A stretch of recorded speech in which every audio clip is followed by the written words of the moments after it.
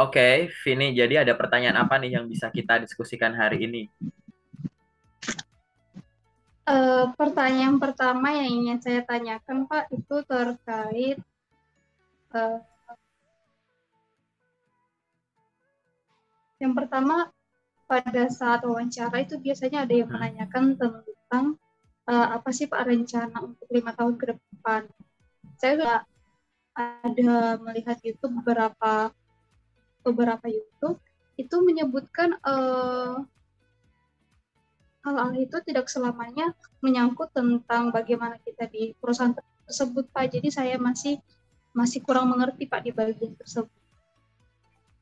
Oke, ini memang ada beberapa versi ya terkait rencana 5 tahun ke depan kamu mau ngapain, gitu ya.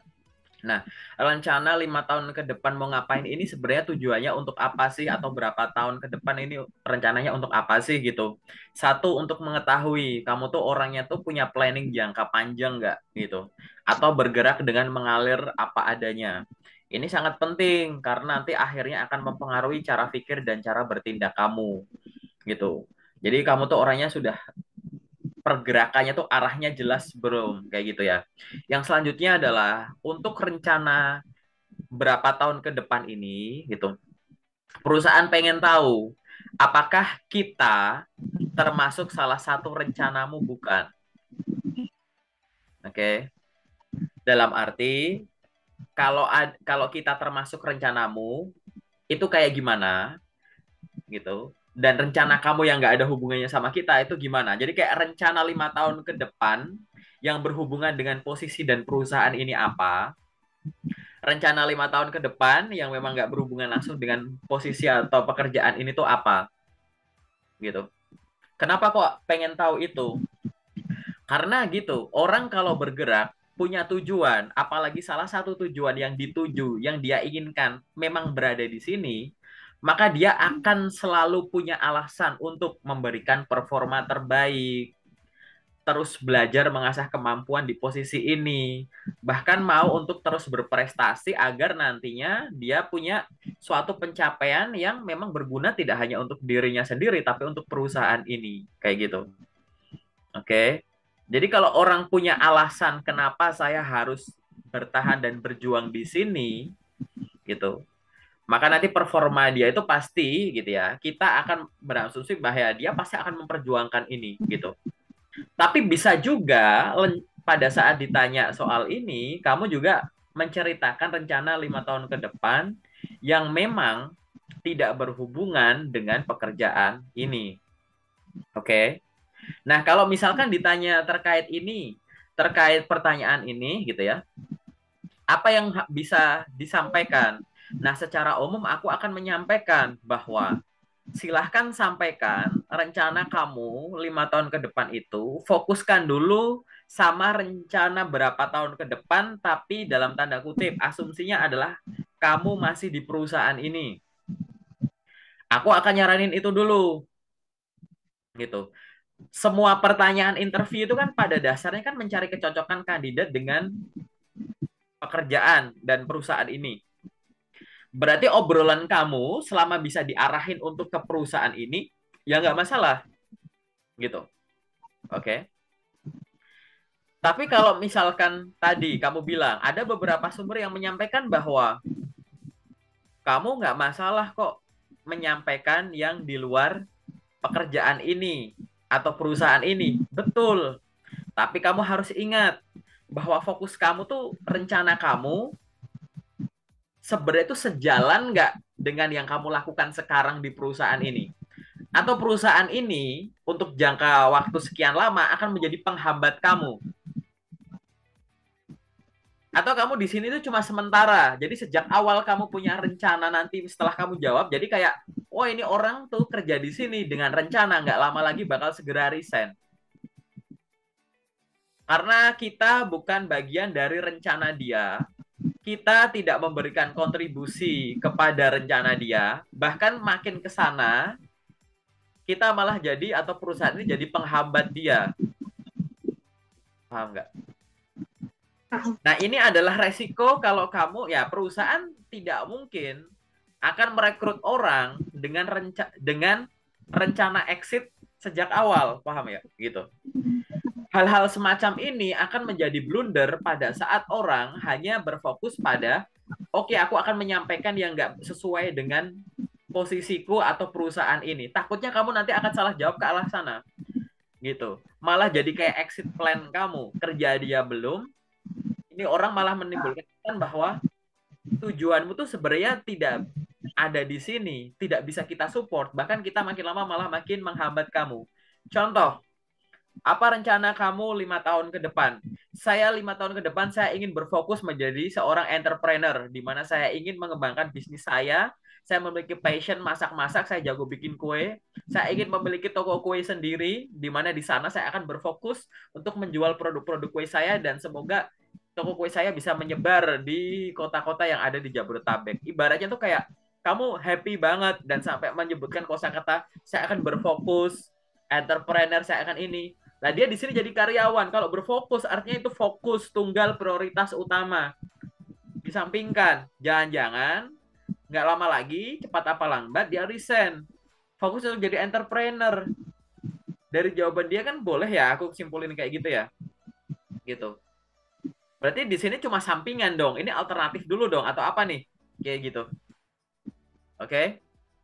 Jadi aku akan coba memberikan alternatif sudut pandang, tidak harus langsung dipercaya, tinggal nanti dipraktekkan bahwa kamu silahkan boleh jawabannya tuh rencana itu boleh kamu sampaikan satu, yaitu rencana kamu di perusahaan ini, di posisi ini, nggak harus posisi ini sih, di perusahaan ini, atau ditambah dengan rencana di luar.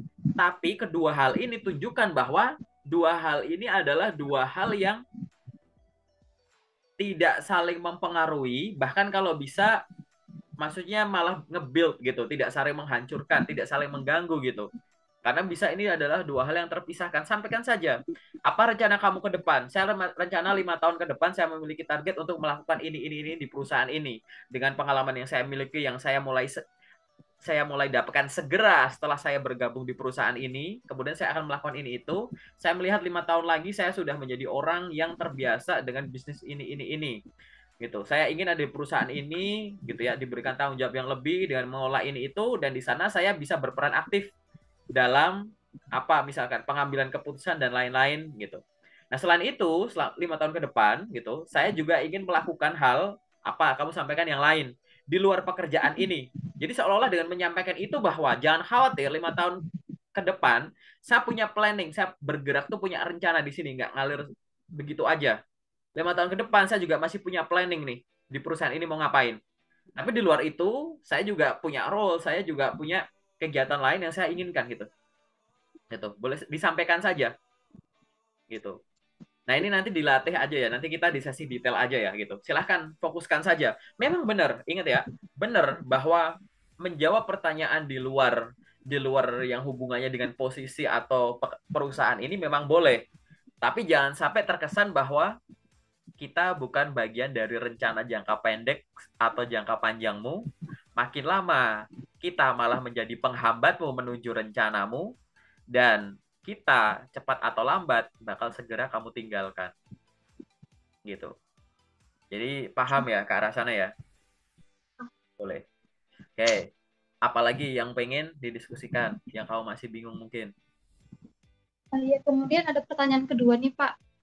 Kalau misalkan kita nih sudah resign dari pekerjaan sebelumnya, kemudian pada saat interview ditanya mengapa resign dari perusahaan sebelumnya, itu jawab yang baik dan benarnya gimana ya? Menurutmu gimana secara umum yang udah kamu pelajari? Menurut saya sih kita tetap menunjukkan hal-hal yang baik dari perusahaan sebelumnya, seperti itu Pak. Cuma Terus, saya masih fokusnya sampai di situ aja Pak. okay. Kamu sebelumnya udah pernah belajar dari channel YouTube-ku belum? Yang di playlist interview. Interviewnya belum Pak, masih sebatas yang CV Oh, dan ada beberapa tanya wawancara jawab gitu seperti ya. ini juga Pak. Oh Iya. ya udah, oke. Nanti kamu silahkan pelajari. Nanti aku bahas lagi ya. Nanti silahkan tonton di YouTubeku playlist tes interview gitu. Di situ ada banyak-banyak pertanyaan di situ, termasuk pertanyaan kamu. Tapi aku tetap jawab juga di sini ya. Bahwa kalau ditanya terkait dengan alasan kamu resign dari atau berhenti dari perusahaan sebelumnya, maka kamu harus pertimbangkan. Satu, jawab dengan jujur. Dua, jangan merendahkan diri sendiri. Tiga, jangan merendahkan perusahaan lama, termasuk dengan kegiatan dan karyawan-karyawannya, termasuk nggak membocorkan rahasianya gitu. Dan yang terakhir adalah fokuslah untuk menjelaskan kontribusi yang sudah kamu berikan selama kamu ada di sana.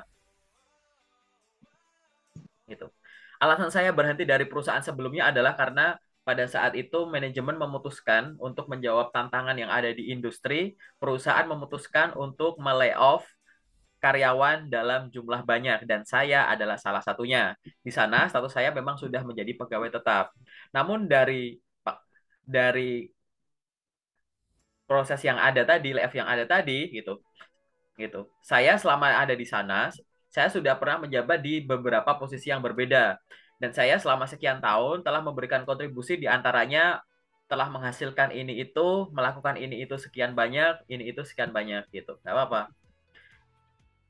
Pahit ya, misalkan kamu misalkan di layoff atau gimana gitu, boleh gitu. Kalau kamu misalkan memutuskan kayak ingin mengembangkan diri, ya nggak masalah gitu gitu. Misalkan ada yang menyampaikan tuh kemarin, misalnya contoh jawaban aja, nanti silahkan divariasikan juga gitu ya, alternatif gitu, sampaikan saja gitu. Saya mencari pekerjaan tidak hanya yang sesuai dengan bidang dan minat saya, namun saya mencari pekerjaan yang memberikan peluang untuk tumbuh dan berkembang di perusahaan tersebut. Hal ini saya lihat dari perusahaan saya sebelumnya, namun dikarenakan ada COVID-19 yang tidak terduga, sehingga kondisi perusahaan saya harus melakukan penyesuaian, sehingga program tadi, kesempatan untuk memberikan jenjang karir yang lebih tinggi, yang biasanya akan diadakan di bulan Januari, dan paling cepat kemarin itu adalah Januari tahun sekian, itu ditiadakan sampai batas waktu yang belum ditentukan. Saya gitu di sini mengambil kesempatan untuk gini gini gini gini gini, boleh gitu. Atau ada lagi gitu, dikarenakan masih penyesuaian COVID-19, perusahaan masih gitu ya meliburkan beberapa karyawan yang statusnya masih kontrak sampai batas waktu yang belum ditentukan. Nah, gitu. Di sini gitu, kamu bilang bahwa saya adalah orang yang ingin terus tumbuh dan mengembangkan diri secara profesional. Saya akan menggunakan kesempatan yang ada untuk mengembangkan diri saya menjadi lebih baik. Daripada saya menunggu ini, saya memutuskan untuk gitu ya, mengambil setiap kesempatan yang ada untuk mengembangkan saya menjadi seorang yang lebih profesional. Namun di perusahaan yang sebelumnya yang saya sudah sempat masuk selama sekian lama, di sana saya sudah memberikan kontribusi di antaranya ini gitu. Ini bahasanya silahkan diubah-ubah aja ya. Intinya jujur, jangan merendahkan diri sendiri, jangan menjelekkan perusahaan lama, dan sampaikan kontribusi kamu di sana sudah ngapain aja. Gitu. Gitu. Itu saja Pak untuk pertanyaan umumnya. Itu aja. Oke. Itu. Oke, aku sekarang gantian yang tanya sebelum selesai ya, gitu. Baik. Kamu sejauh ini ngelamar kerja, paling jauh udah pernah sampai tahap apa? Interview tadi kah? Ya, sampai interview. Oke. Terus dari interview tadi gitu ya. Kalau tahapan yang ibaratnya setelah interview tadi udah ada kabar atau masih menunggu? Masih menunggu Pak, bahkan sampai tidak ada kabar. Oh, oke. Kalau kamu menunggu, itu biasanya berapa lama menunggunya? Kalau misalkan 2 minggu nih nggak ada kabar, habis itu kamu anggap itu nggak diterima atau kamu gimana? Saya anggap itu tidak diterima Pak. Oke.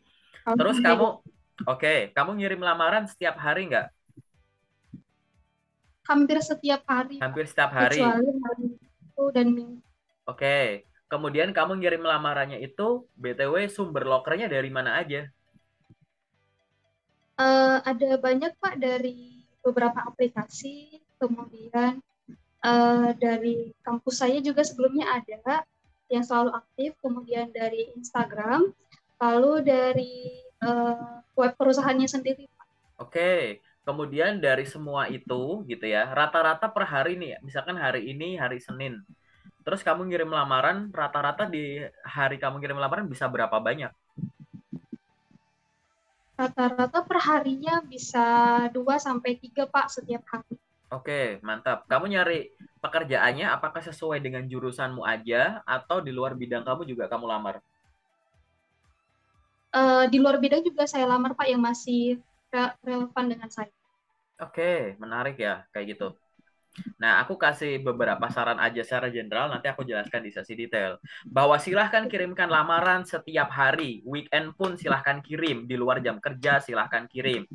Mengirimkan lamaran lebih bagus di jam kerja, tapi bukan berarti di luar jam kerja dan di luar hari kerja nggak boleh kirim lamaran. Kalau aturannya itu adalah kamu ingin fokus dengan strategi mengoptimalkan mengirim lewat email, silahkan kamu berfokus ya, gitu. Mengirimkan lamaran kapanpun itu baik, tapi di jam kerja lebih baik. Artinya di jam kerja silahkan kirim dalam jumlah banyak, intensitas tinggi. Di luar jam kerja, di luar hari kerja bukan berarti nggak boleh. Buktinya LinkedIn paling gampang, Jobstreet, Glints, iseng aja kamu buka tengah malam. Bisa diakses nggak? Bisa. Ada lokernya nggak? Ada. Iseng kamu klik, bisa nggak? Bisa. Karena platform-platform pencari kerja, bahkan sosmed kayak LinkedIn gitu, mereka nggak pakai window waktu kayak tadi, boleh ngirim lamarannya cuma di jam sekian doang.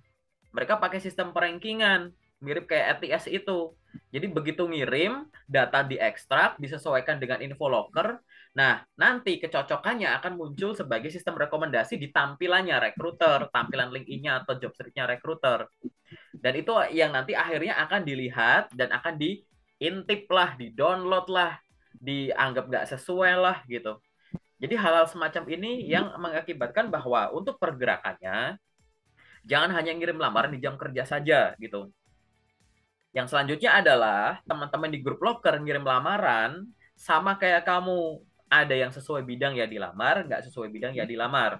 Rata-rata teman-teman di grup locker yang ada di WA dan grup yang lain tentunya yang nggak ada kamunya, sehari itu bisa ngirim lamaran 20 sampai 30 lamaran per hari.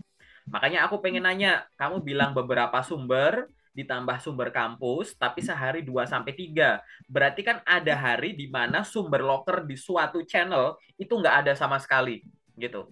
Susah gitu buat aku ngebayangin, masa iya kamu nyari lowongan sesuai bidang atau di luar bidang tetap kamu lamar, tapi di hari itu sama sekali nggak ada locker yang cocok sama kamu. Susah ngebayanginnya gitu.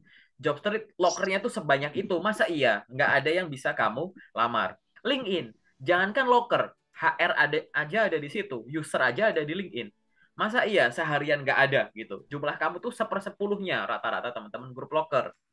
Memang nyari kerja itu bukan banyak-banyakan, bukan asal-asal ngirim, enggak, tapi di planning.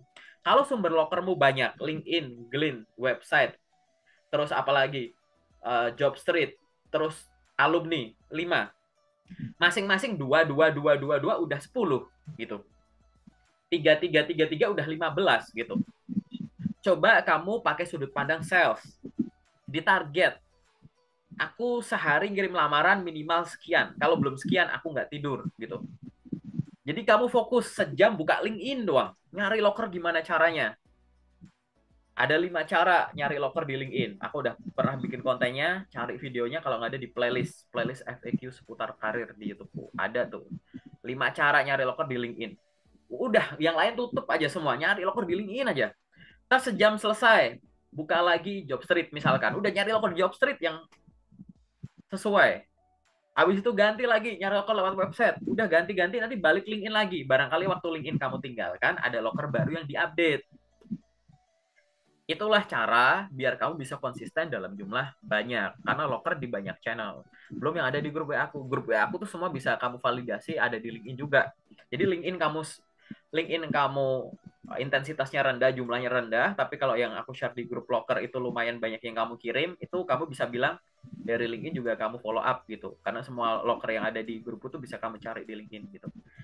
Tapi kan nggak semua akun bisa semudah itu nemuinya gitu. Tapi at least kamu udah mewakilin itulah gitu. Nah ini masih belum optimal dari sisi situnya. Oke? Gitu.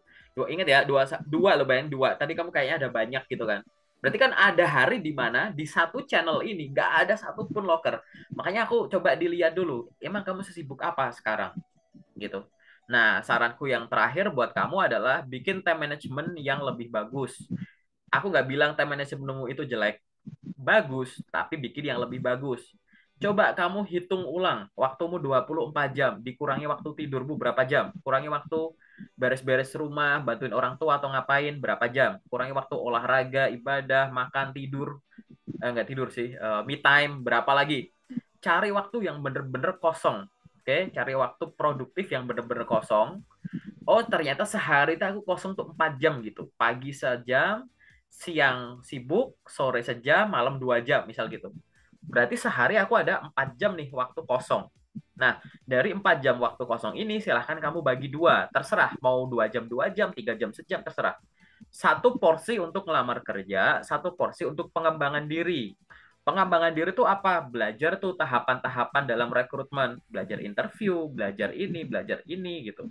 Branding di LinkedIn, bikin postingan ini itu, belajar bahasa asing, belajar Excel dan teman-temannya gitu.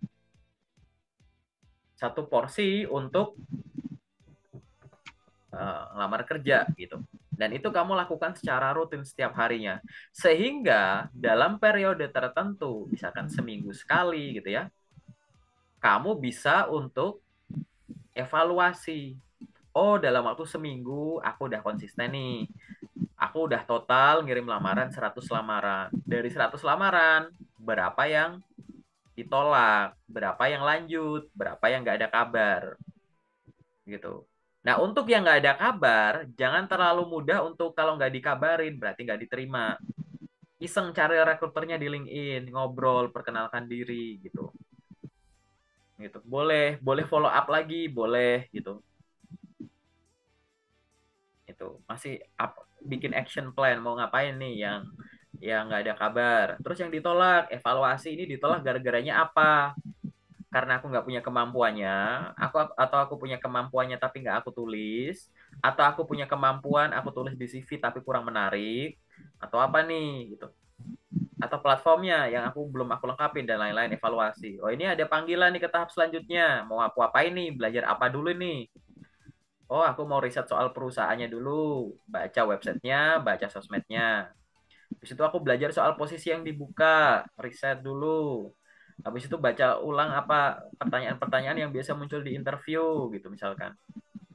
Gitu. Bikin action plan untuk setiap lowongan kerja yang lanjut, ditolak, atau malah nggak ada kabar. Nggak ada kabar, masih bisa di follow up, ditanyakan boleh nggak boleh gitu. Nah ini kamu coba rutin dulu gitu. Oke?